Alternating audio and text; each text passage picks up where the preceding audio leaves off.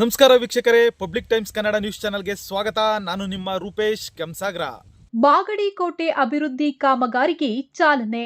ನಾಡಪ್ರಭು ಕೆಂಪೇಗೌಡರು ನಿರ್ಮಿಸಿದ ಐತಿಹಾಸಿಕ ಮಾಗಡಿ ಕೋಟೆಯ ಅಭಿವೃದ್ಧಿ ಕಾಮಗಾರಿಗೆ ಬಿಡಿಸಿಸಿ ಬ್ಯಾಂಕ್ ನಿರ್ದೇಶಕ ಎಚ್ಎನ್ ಅಶೋಕ್ ಚಾಲನೆ ನೀಡಿದರು. ಈ ಸಂದರ್ಭದಲ್ಲಿ ಮಾತನಾಡಿದ ಅವರು, ನಾಡಪ್ರಭು ಕೆಂಪೇಗೌಡರ ಪರಂಪರೆ ಮತ್ತು ಐತಿಹಾಸಿಕ ಸ್ಮಾರಕಗಳನ್ನು ಸಂರಕ್ಷಿಸಿ ಮುಂದಿನ ಪೀಳಿಗೆಗೆ ಪರಿಚಯಿಸುವ ನಿಟ್ಟಿನಲ್ಲಿ ಕೋಟೆಯ ಅಭಿವೃದ್ಧಿ ಕಾರ್ಯ ಮಹತ್ವದ್ದಾಗಿದೆ. ಅಭಿವೃದ್ಧಿ ಕಾಮಗಾರಿ ಗುಣಮಟ್ಟದಿಂದ ಹಾಗೂ ನಿಗದಿತ ಅವಧಿಯಲ್ಲಿ ಪೂರ್ಣಗೊಳ್ಳುವಂತೆ ಸಂಬಂಧಪಟ್ಟ ಅಧಿಕಾರಿಗಳು ಕ್ರಮ ವಹಿಸಬೇಕು ಎಂದು ಹೇಳಿದರು.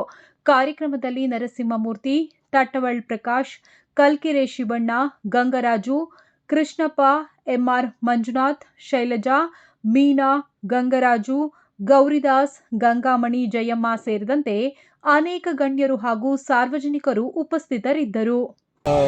ಏನು ಕೋಟೆಯ ನವೀಕರಣ ಕಾರ್ಯ ಅಥವಾ ಕೋಟೆಯ ಪುನರುಜ್ಜೀವನ ಕಾರ್ಯ, ನಾಡಪ್ರಭು ಕೆಂಪೇಗೌಡರು ಕೋಟೆಯ ಪುನರುಜ್ಜೀವನ ಕಾರ್ಯದ ಒಂದು ಭೂಮಿ ಪೂಜೆಯನ್ನು ಮಾಡ್ತಾ ಇರ್ತಕ್ಕಂಥದ್ದು. ಇವತ್ತು ಏನು ನಾವೆಲ್ಲ ಹಿಂದೂಗಳಾಗಿ ಒಂದು ಸನಾತನ ಪರಂಪರೆ ಒಂದು ವಿಘ್ನೇಶ್ವರನಿಗೆ ಭೂಮಿ ಪೂಜೆಗೆ ಮಹತ್ವವನ್ನು ಕೊಡ್ತೇವೆ. ವಾಸ್ತು ಪೂಜೆಯನ್ನು ಮಾಡ್ತಾ ಈ ಕಾರ್ಯಕ್ರಮ ನಿರ್ವಿಘ್ನವಾಗಿ ಯಾವುದೇ ಅಡೆತಡೆ ಇಲ್ಲದಂಗೆ ಉಚ್ಛ್ರಾಯ ಸ್ಥಿತಿಗೆ ಬರಲಿ, ಕೆಂಪೇಗೌಡರು ಕಟ್ಟಿದಂಥ ಕೋಟೆ ಗತಕಾಲದ ವೈಭವವನ್ನು ಮರುಕಳಿಸಲಿ ಅಂತಕ್ಕಂಥ ನಿಟ್ಟಿನಲ್ಲಿ ಒಂದು ಭೂಮಿ ಪೂಜೆಯನ್ನು ಮಾಡ್ತಾ ಇರ್ತಕ್ಕಂಥದ್ದು.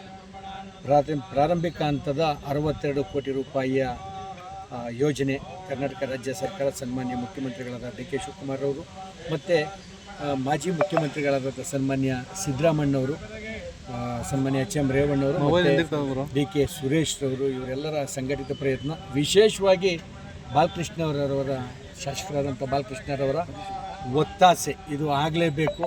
ಇದು ಪುಣ್ಯಾತ್ಮ ನಮ್ಮ ನಾಡಪ್ರಭು ಮಾಗಡಿ ಕೆಂಪೇಗೌಡ ವಿಶ್ವಕ್ಕೆ ಪ್ರಸಿದ್ಧಿಯಾದಂಥ ಬೆಂಗಳೂರು ನಿರ್ಮಾತೃ ಏನು ನಮಗೆ ಒಂದು ದೊಡ್ಡ ನಗರವನ್ನು ಕಟ್ಟಿ ಇಡೀ ಪ್ರಪಂಚಕ್ಕೆ ಬೆಂಗಳೂರು ಅಥವಾ ಮಾಗಡಿ ಪರಿಚಯ ಆಯಿತು. ಆ ಪುಣ್ಯಾತ್ಮನ ಕೋಟೆಯನ್ನು ಪುನರುಜ್ಜೀವನ ಕಾರ್ಯ ಭಗವಂತನ ಆಶೀರ್ವಾದದಿಂದ ನನ್ನ ಮೂಲಕ ಮಾಗಡಿ ಜನತೆಯ ಆಶೀರ್ವಾದದಿಂದ ಆಗಬೇಕು ಅನ್ನೋಂಥ ಅವ್ರ ಇಚ್ಛೆ. ಇವತ್ತು ಭೂಮಿ ಪೂಜೆ. ಯಾವ ಯೋಜನೆ ಇದು ಯೋಜನೆ ವಿಚಾರ ಮುಂಜಾನೆ ಕೆಂಪೇಗೌಡ ಪ್ರಾಧಿಕಾರದಿಂದ ಆಗಿರ್ತಕ್ಕಂಥ ಯೋಜನೆ. 62 ಕೋಟಿ ಪ್ರಾರಂಭಿಕ ಅಂತ, ಟೋಟಲ್ 100 ಕೋಟಿ. 103 ಕೋಟಿ. 4 ಕಡೆ ಗೋಡೆಗಳು, ಹೊರಭಾಗ ಯಾವ ರೀತಿ ಗೋಡೆ ಇದೆಯೋ ಒಳಭಾಗನೂ ಅದೇ ರೀತಿ ಕಲ್ಲಿನ ಗೋಡೆ ಬರ್ತಕ್ಕಂಥದ್ದು. ಮತ್ತು ಸುತ್ತ ಇದು ಏನು ಪಾದಚಾರಿಗಳ ನಡಿಗೆಗೆ, ಬೆಳಗಿನ ವಾಯುವಿಹಾರಿಗಳಿಗೆ ಅಥವಾ ಈ ಕೋಟೆಯ ಸೌಂದರ್ಯವನ್ನು ಸವಿಲಿಕ್ಕೆ, ಮಾಗಡಿ ಪಟ್ಟಣದ ನಾಗರಿಕರಿಗೆ ಒಳಗೆ ಓಡಾಡಲಿಕ್ಕೂ ಕೂಡ ಪಾದಚಾರಿ ರಸ್ತೆಯನ್ನು ಅಥವಾ ಏನಂತೀರಿ ನೀವು, ವಾಕಿಂಗ್ ಟ್ರ್ಯಾಕನ್ನು ನಿರ್ಮಾಣ ಮಾಡೋದು. ಇದು ಮೊದಲನೇ ಯೋಜನೆಯಲ್ಲಿ ಇರ್ತಕ್ಕಂಥ. ಒಟ್ಟಾರೆ ಕಷ್ಟ ಎಷ್ಟು ಸರ್ ಇದು? ಈಗ ಇವತ್ತು ಭೂಮಿ ಪೂಜೆಗೆ ಅಣಿಯಾಗಿರ್ತಕ್ಕಂಥದ್ದು 62 ಕೋಟಿ ರೂಪಾಯಿಗಳ ವೆಚ್ಚದಲ್ಲಿ. ಒಳಗಡೆ ಏನು ಬರುತ್ತೆ ಸರ್? ಮಂಟಪಗಳು, ಮುಂದೇನಾರ ಆರ್ಚು? ಇದು 2ನೇ ಹಂತದ ಯೋಜನೆ ಏನಾಗಿದೆ ಅದನ್ನು ಸಂಪೂರ್ಣವಾಗಿ ಹೊರಭಾಗದಲ್ಲಿ ದಕ್ಷಿಣ ಮುಖ್ಯ ಕೇಂದ್ರ ರಸ್ತೆಗೆ, ಮುಖ್ಯ ರಸ್ತೆಗೆ, ಬೆಂಗಳೂರು ಸೋಮವಾರಪೇಟೆ ಏನು ರಾಜ್ಯ ಹೆದ್ದಾರಿ ಇದೆ ಆ ಮುಖ್ಯ ರಸ್ತೆಗೆ ಬಿಚ್ಚುಗತ್ತಿ ಕೆಂಪೇಗೌಡರ ದೊಡ್ಡ ಪ್ರತಿಮೆ, ಇನ್ನೂ ಬೇರೆ ಉದ್ಯಾನವನ, ಅವರ ಅವ್ರ ಕಾಲದ ನೆನಪಿನಲ್ಲಿ ಉಳಿತಕ್ಕಂಥ ಒಳಗೆ ಒಂದು ಸಾಲು ಮಂಟಪ, ಕೆಂಪೇಗೌಡರ ಕಾಲದ ಪುನರುತ್ಥಾನ ಏನಾಗಬೇಕು ಅದು ಕೂಡ ಆ ಕಾಲದ್ದು ಆಗ್ತಕ್ಕಂಥದ್ದು. ಮೊದಲನೇ ಹಂತದಲ್ಲಿ ಇಷ್ಟು ಸರ್. ಅವಧಿ ಕಾಂಟ್ರಾಕ್ಟ್ರು 1 ವರ್ಷದಲ್ಲೇ ಮುಗಿಸ್ತಾರೆ, 6 ತಿಂಗಳಲ್ಲಿ ಮುಗಿಸ್ತಾರೆ. 1 ವರ್ಷ ಇದೆ ಸರ್ ಸರ್ಕಾರ ನಿಗದಿ ಮಾಡಿರ್ತಕ್ಕಂಥ ಅವಧಿ.